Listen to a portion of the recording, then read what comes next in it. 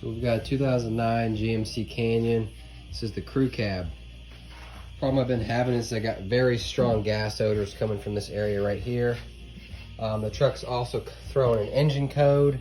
I think that's P046. I could be wrong, but it was just saying the fluctuation in fuel pressure is out of the realm of what the manufacturer has recommended, so it's throwing that code. The problem with that, the reason the code is being thrown is on top of the fuel tank that sits about right back here under the cab is your fuel pump, the sending unit. The top of it is steel and it rusts. So where it's rusting, the fumes are coming out, and it's also splattering a little bit of gas out, which is causing it to run down the tank. Which the problem with that is throwing the code. Water and moisture could get in there, which is a problem. So we gotta drop the tank and change the fuel pump off the top. If you don't have a crew cab and you have a regular cab or extended cab, the fuel pump sits under the bed, so you can easily take the bed off. But in this case, we gotta drop the tank. I've already ordered the fuel pump off Advanced Auto. I got the AC Delco part. There's the part number and everything. Send the fuel pump, gasket, and all your connectors are on the top, and this is where the rest is, somewhere up top here apparently. The problem is going to be is getting the hoses and connectors off here without breaking anything. Before you do this job, you want to make sure you run it out of fuel as much as possible. So my fuel light came on just before I got home, so it's like almost out. It's on the red, which is perfect. That way you don't have a 100-pound fuel tank you're trying to get out of there. So other than that, I'm going to drive it up on some ramps and then jack the back up. That way I can get under there a little easier and get after it. Just thought to myself, I think it'll be a bad idea to put the jack under the back, because since we're on the ramps, if we raise the back up, there's no emergency brake on the ground, so then you have the risk of that rolling backwards. Unless you were able to chalk the front wheels, but I think it's a little too sketchy, so I'm just going to leave it how it is. So I'm under the truck now. This is the front of the fuel tank. You got a connector here, and then there's several connectors on top of the tank back there. You have a strap that runs across the front. You got a bolt here that holds this strap down. This is a 13 mil. Not too bad, that'd probably do the job. There's also a strap that runs around the back of the tank. So you gotta get those two straps. The front of the tank sits on the frame here. So you just wanna slide the tank back a little bit and then drop it down. So I've got the two straps. I got the front strap off, the back strap.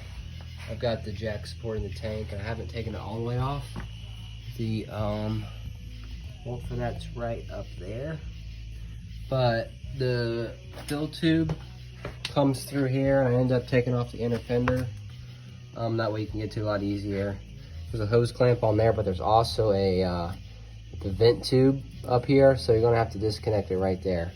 But you can see the sending unit back there, where all the connectors go to. So disconnect those and then we can drop the tank. So the vent tube connector is a little rough. Put some blaster on it. You gotta squeeze each side of that green, but the green stays up here and you pull the hose down because it snaps onto that black piece. So that's that. Hose connector here is pretty straightforward. All right, so I got the tank dropped out. Two straps. Here's the top of the tank. Before you drop the tank, there's a hose connector at the top on the back. You're gonna want to undo that. You can see it right there. Get the connector on the front. You want to undo the two straps. Undo the fill tube and the vent, and then it should drop out pretty simple. Now, before we can get the tank out from under the truck, we've got to disconnect a few of those wires. Another hose right there. So that's what we need to do before we can slide the tank out. All right, I've been at it for, I don't know, an hour or two. I mean, it really shouldn't have taken that long, but maybe it's been an hour. But it's just a tight squeeze under there. So here's the tank. Fill tube, vent tube off. Back tube goes to like some kind of canister, I forget what it's called. You got this front tube It goes to your engine. There's your fuel pump. As you can see, there's gas sitting on top of there. It is rusted to heck. So it's gonna be fun getting these connectors off of here. But these 2 wire connectors are really easy. You just popped it up and it slid back. So next objective is to get these off and pull the filter out, or the fuel pump. So yep. This piece is so rusty that you can swivel. The metal is just breaking inside this hose. I decided to quit working on this last night, but came back out here today.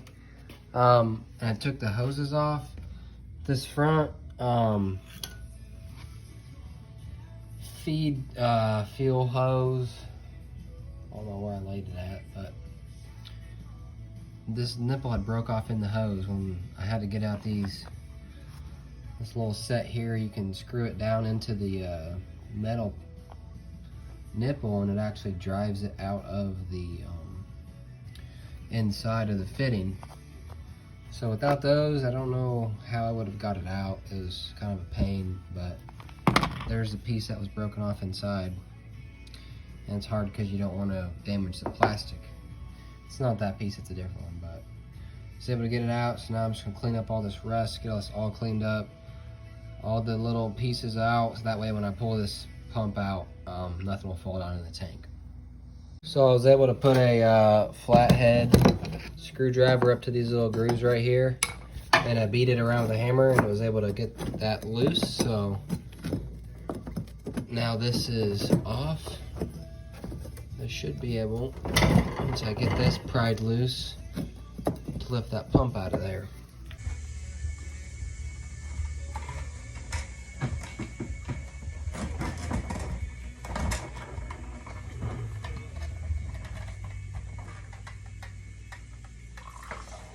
Whoa. The pump's full of gas, so, and it's really dirty in that pump, so I don't have to spill that. Other than that, there is the tank. Doesn't look too bad in there, honestly. So we'll get that new pump put down in there. I'll probably clean up around this edge a little bit, try to keep it from anything from falling in that tank. All right, so I got the new fuel pump here. Put my new gasket down, O-ring, giant O-ring on top of the tank that came with it. Make sure you get a new one when you order one.